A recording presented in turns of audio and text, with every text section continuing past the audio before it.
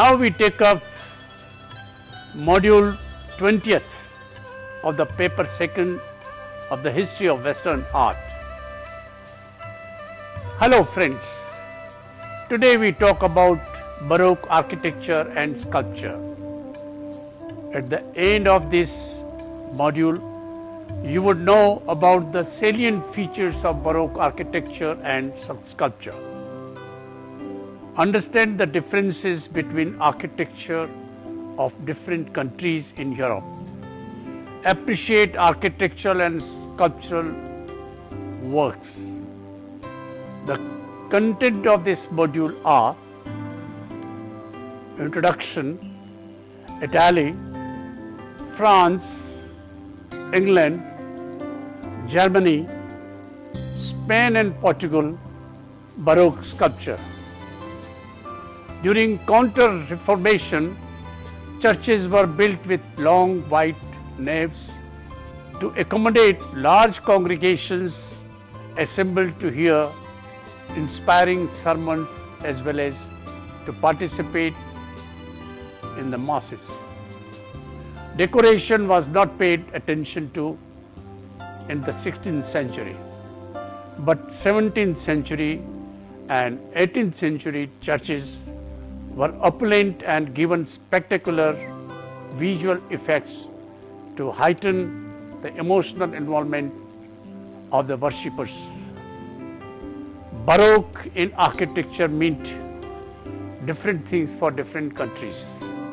We shall look at the different styles. Let us first look at the binding features that define Baroque architecture. The use of movement, whether actual, a curving wall, a fountain with jets of water forever, changing shapes, or implied, a figure portrayed as making a vigorous action or effort.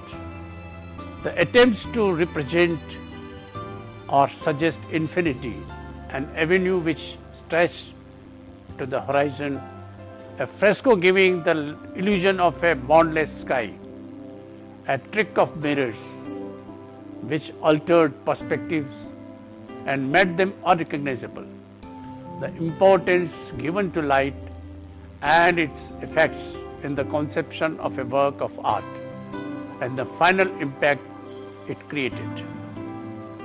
The taste of theatrical grandiose, scenographic effects, the tendency to disregard boundaries between the various forms of art and to mix together architecture, painting, sculpture, et al. With its origin in the Counter-Reformation, when the Catholic Church launched an overtly emotional and sensory appeal to the faithful through art and architecture.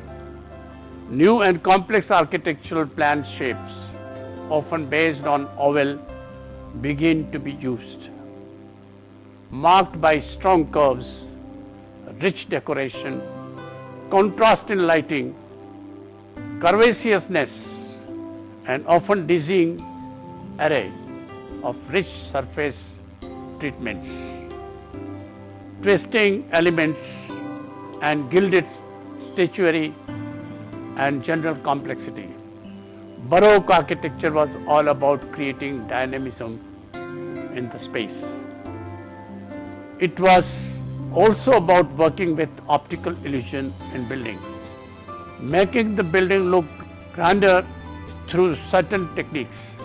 Another thing is that now the architect's role extended to creating a group of monuments or even an entire city. They also applied bright colors and illusory, vividly painted ceilings. For them, a building was like a large sculpture. It was meant to be shaped out of an imaginary clay mold. Outstanding practitioners in Italy included Gian Lorenzo Bernini, Carlo Maderno, Francisco Borromini, and Guarani. Classical elements subdued Baroque architecture in France. In Central Europe, the Baroque arrived late, but flourished in the works of such architects as the Austrian Johann Bernhard, Fischer von Erlach. Its impact in Britain can be seen in the works of Christopher Wren. The late Baroque style is often referred to as Rococo, or in Spain and Spanish America as Churrigueres. Also, in the same time, the action shifted from Rome to Paris. Let us first look at the architecture in Italy. St. Peter's, which began with Julius II, became Pope in 1503, was finally completed during the Baroque period. Its interior decoration and spatial design, however, still required attention. Pope Urban VIII, Papacy 1623 to 1644, appointed Gio Lorenzo Bernini to the task, and he remained the official architect of St. Peter's until his death. The interior of the St. Peter's contains a number of priceless treasures in marble and bronze by the greatest Renaissance sculptors. Works such as Pieta 1500 by Michelangelo, as well as Baroque sculpture such as baldachin and ceremonial canopy over the main altar, and the traditional chair of St. Peter, Cathedra Petty, both designed by Bernini.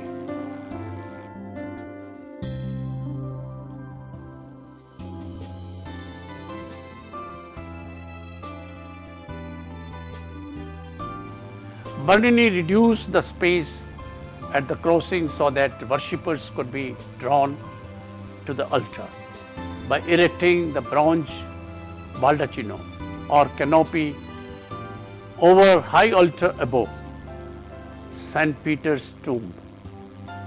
The baldacchino, completed in 1633, stands almost 100 feet high and exemplifies the Baroque's objectives to create multimedia works, combining architecture and sculpture and sometimes painting as well, that defies simple categorization.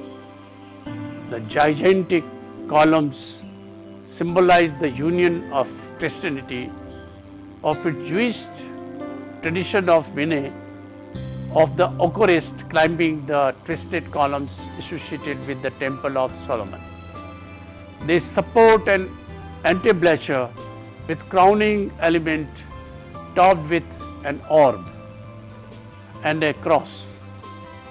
Figures of angels and putti decorate the entablatures, which is hung with tasseled panels in the imitation of cloth canopy.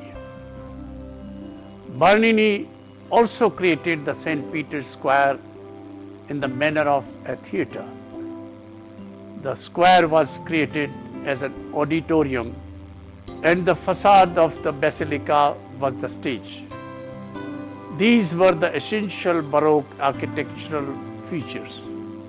He also created the most famous colonnado in the form of an elliptical space surrounded by fourfold rows of columns adorned with figures of 96 saints. A smaller square, the Piazzaretta, adjoins the great square.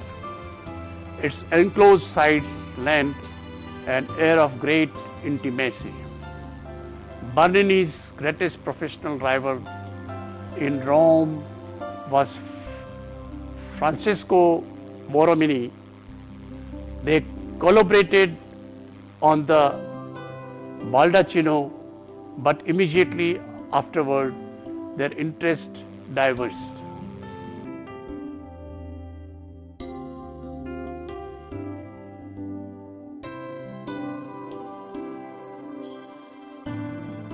From about 1634 to his death, Borromini worked on the Trinitarian monastery of San Carlo alle Quattro Fountain in Rome.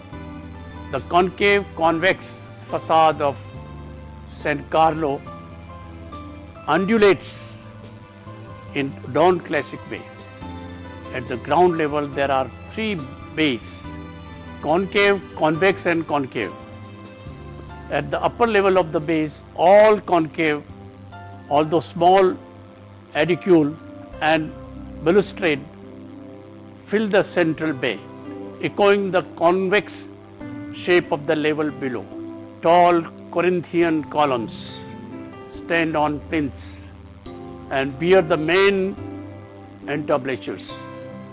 These define the main framework of 2 stories and tripartite bay division. Between the columns, smaller columns with their entablatures weave behind the main columns. The turn they frame niches, windows, a variety of sculptures as well as the main door. The central oval aedicule of the upper order and the oval framed medallion borne aloft by angels. Above the main entrance, cherubim arms frame the central figure of St. Charles Borromeo by Antonio Reggi, and to either side are statues of St. John of Matha and St. Felix of Bellevue, the founders of Trinitarian order. France was, however, a complete contrast to Italian Baroque architecture.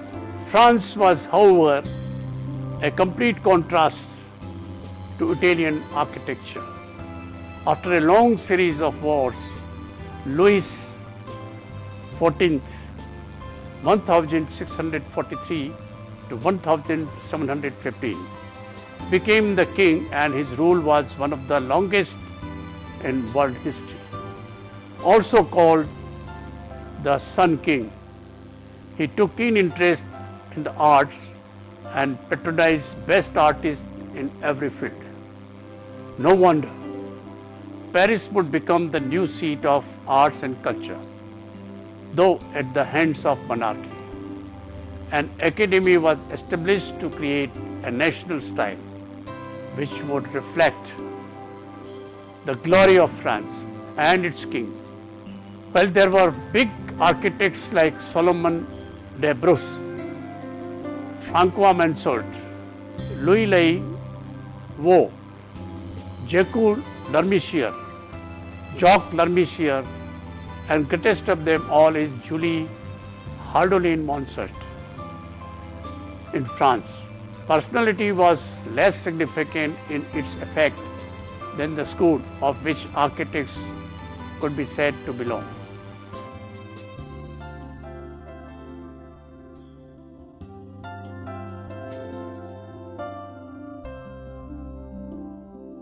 First big task undertaken was reconstruction of the Louvre, for which Bernini was called to Paris in 1665. He submitted many proposals, but they were all rejected, as they did not do justice to the existing structures.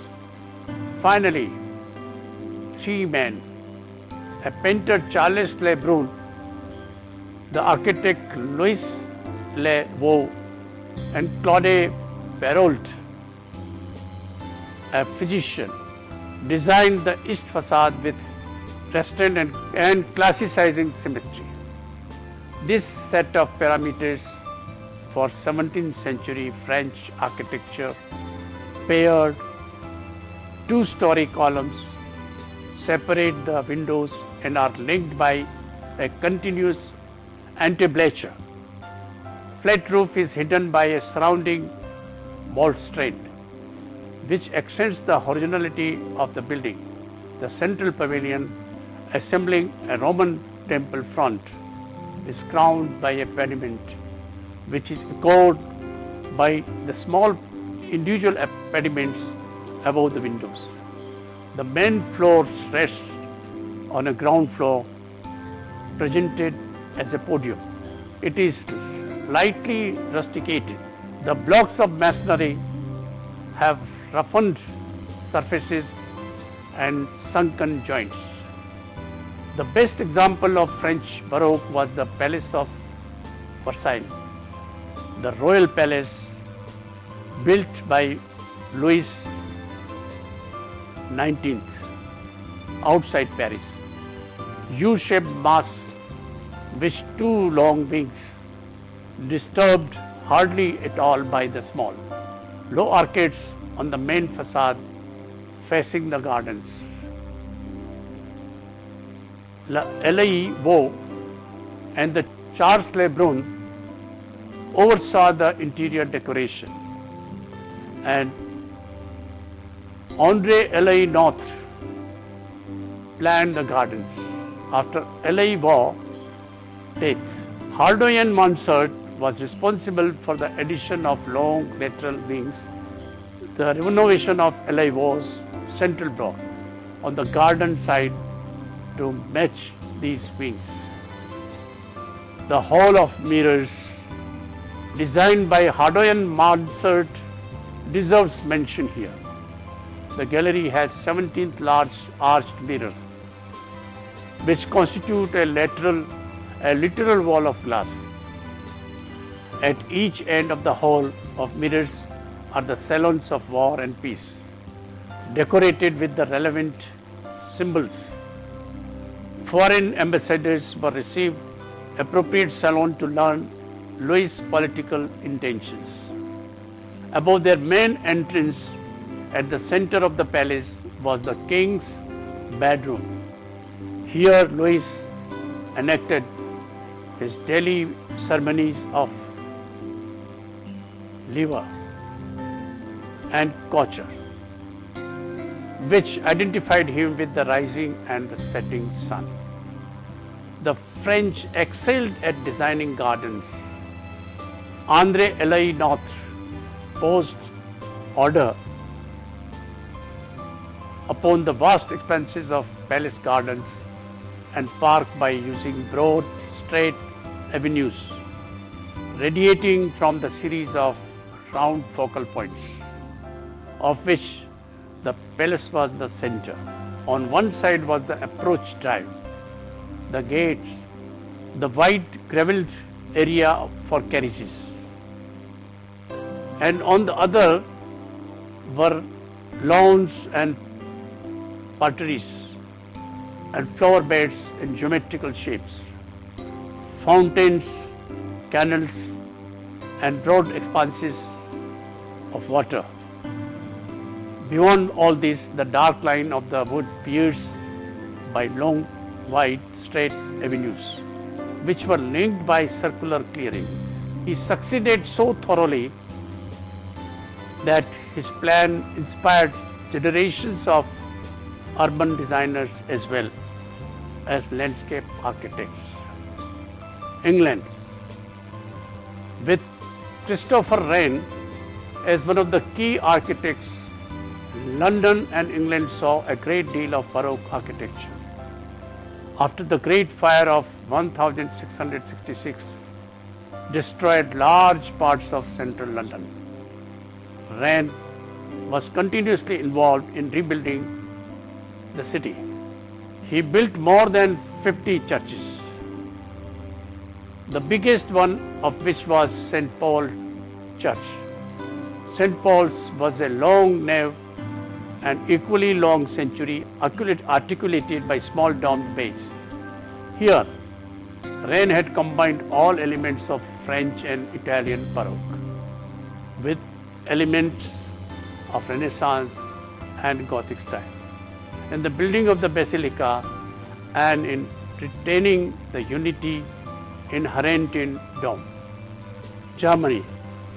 The Baroque style arrived in Germany after the 30 Years' War and catered to the absolute rule of monarchs of Germany, like in France, Saint Michael Jesuit Church in Munich.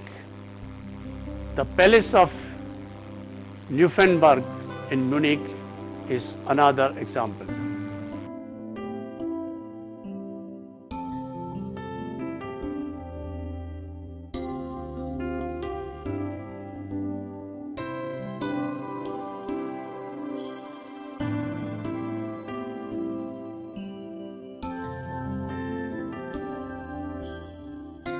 Spain and Portugal. Spanish and Portuguese architecture developed as royal patronages, like Germany in France. We have already read about Escorial in Renaissance. After the changes to the Escorial, it became the example to follow for the Baroque architects. Significant amongst them is the development of the city of Madrid.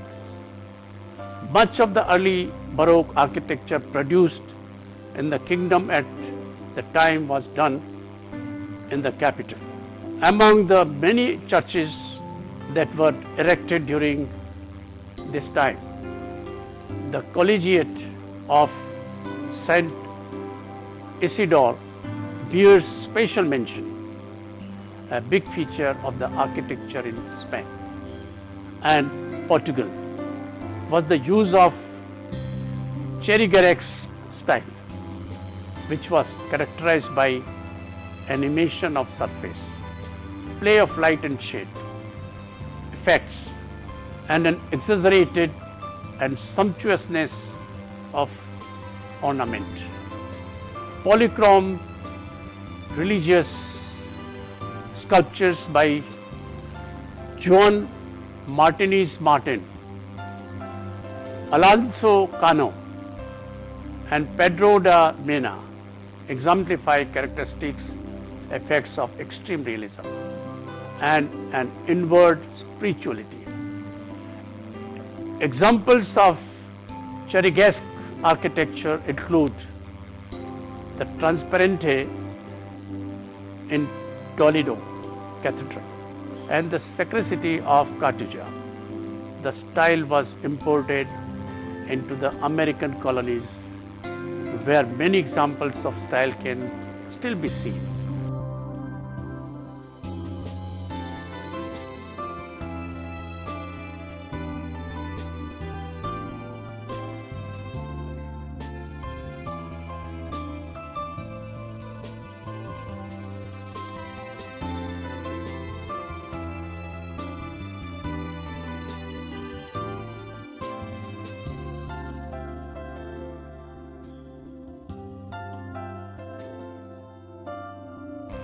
Baroque sculpture. Baroque's period was not without its share of sculptors, but Gian Lorenzo Bernini deserves attention here, not only as an architect but as a sculptor. We shall come to him a little later and focus right now on how sculpture all over Europe was the same in this period as opposed to architecture and painting. It was most characteristic Christian art form of the Baroque age and affected the appearance of almost every artistic artifact produced during that period. Sculpture here can be seen in two locations, one as part of architecture and the other as piece in itself. Baroque sculpture has two major characteristics. Firstly, it was technically perfect, and its use of curls or cloths and drapes. The other characteristic, and the biggest one, was the introduction of movement.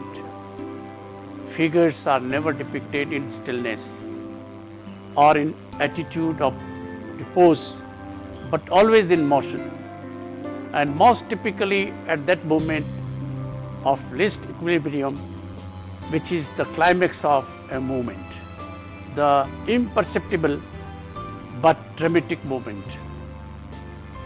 For example, when a vaulter is no longer rising but has not yet begun to descend and is motionless in an attitude of potential in midair.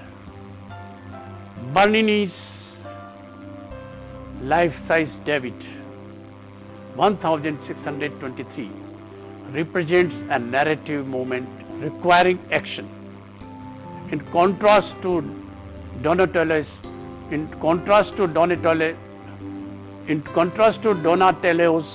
relaxed, self-satisfied bronze David, who has already killed Goliath, and Michelangelo's, who tensely sights his adversary, Bernini's is the midst of the action. It assumes the presence of Goliath, thereby expanding the space, psychologically as well as formally, beyond the sculpture. This is a characteristic theatrical Baroque technique for involving the spectator in the work. Also look at its ecstasy of Saint Teresa, representing the visionary world of the mystic saint. Life-size figures are set in Baroque niche, with paired Corinthian columns and broken pediment over a curved entablature. Here Bernini creates the heightened moment of transport of ecstasy. The angel prepares to pierce Saint Teresa with an arrow as he gently pulls aside her drapery, transporting her to a state of indescribable pain, religious ecstasy, and a sense of oneness with God. Look at her leaning back in a long, slowly curving diagonal plane. She closes her eyes, opens her mouth slightly, as if in a trance. Her inner excitement contrasts with the relaxed state of her body. Although Teresa appears elevated from the ground, she is actually supported by a formation of billowing clouds. Behind Saint Teresa and the angel are gilded rods representing rays of divine light descending from the heaven. Also characteristic of the Baroque style is Bernini's ability to draw the observer into the event, which is reinforced by the theatrical arrangement of the chapel itself.